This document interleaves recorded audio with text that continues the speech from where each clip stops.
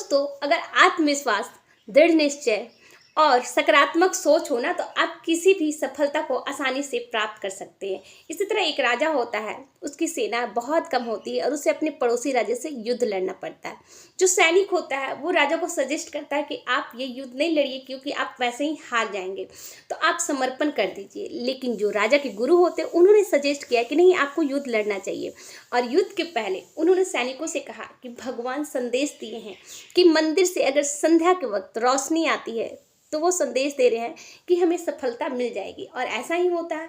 मंदिर से रोशनी आते देख जो सेना होती है उनमें काफ़ी हर्ष और उल्लास भर जाता है और उनमें एक सकारात्मक सोच आ जाती है कि अब तो हम युद्ध जीत के ही रहेंगे।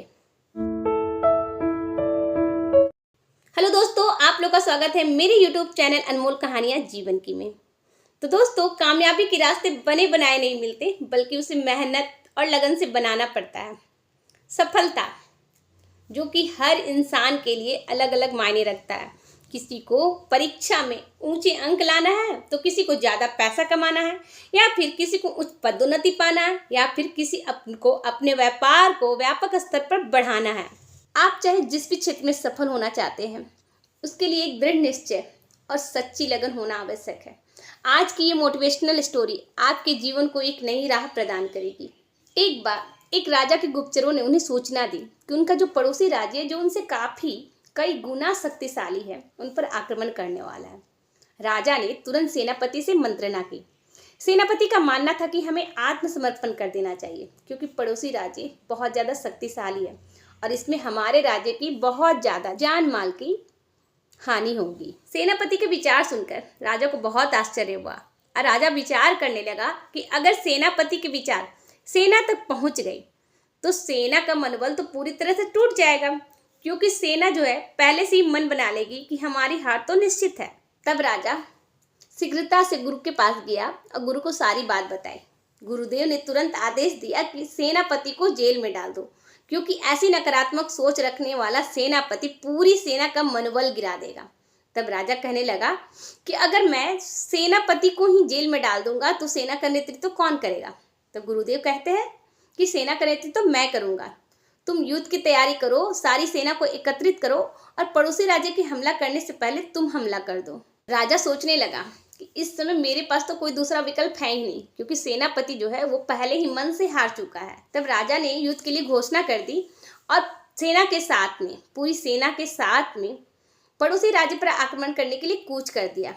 जैसे ही वे लोग एक मंदिर के पास पहुंचते हैं तो गुरुदेव बोलते हैं कि आप लोग यहाँ पे रुको, मैं अंदर जाता हूँ मंदिर में, अब भगवान से पूछ कर आता हूँ कि हम लोग को असफलता मिलेगी या सफलता। तभी सैनिकों ने आश्चर्य से गुरुदेव से पूछा कि गुरुदेव, क्या आप ईश्वर से बातें करते हैं कि वे आपको बताएंगे कि हम लोग युद्ध में विजय होंगे या नहीं?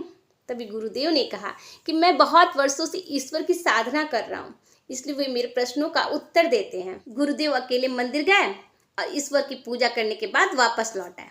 तो सैनिकों ने गुरुदेव से पूछा कि ईश्वर ने क्या बताया कि हम लोग सफल होंगे या असफल? गुरुदेव ने कहा कि ईश्वर ने कहा है कि अगर संध्या के वक्त चबूतरे से कोई प्रकाश निकलता दिखाई दे तो ये समझ लेना कि आपकी सेना विजयी होगी। अब जो सारे सैनिक थे बेसब्री से संध्या का इंतजार करने लगे और जैसे जैसे संध्या होना शुरू हुई, मंदिर के चबूतरे से प्रकाश दिखाई देना शुरू हो गया। अब जो सारे सैनिक थे उनमें काफ़ी आत्मविश्वास भर गया, क्योंकि उन्हें अब लगा कि ईश्वर ने तो इशारा दे दिया है कि अब हमारी जीत तो निश्चित है। अगले दिन सैनिकों ने गुरुदेव के नेतृत्व में पड़ोसी राज्य पर आक्रमण कर दिया।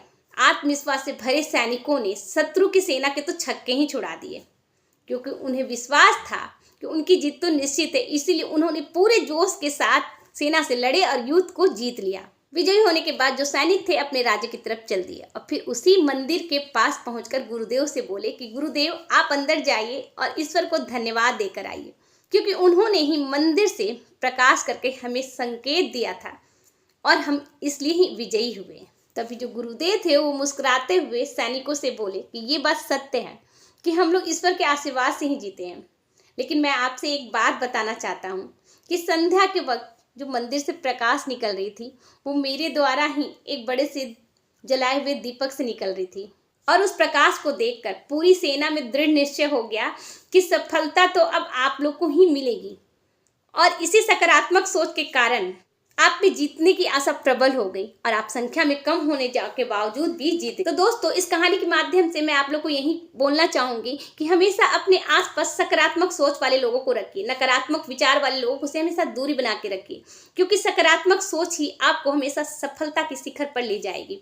तो आज का वीडियो आप लोग कैसा लगा प्लीज प्लीज प्लीज जरूर बताना, और वीडियो अच्छा लगे तो एक लाइक जरूर कर देना, और चैनल पर नए हो तो प्लीज सब्सक्राइब जरूर कर देना। इसी के साथ स्वस्थ रहिए, खुश रहिए, मेहनत करते रहिए और आगे बढ़ते रहिए। तो फिर हम लोग मिलते हैं एक नए संघर्ष और जोश के साथ में नेक्स्ट वीडियो में।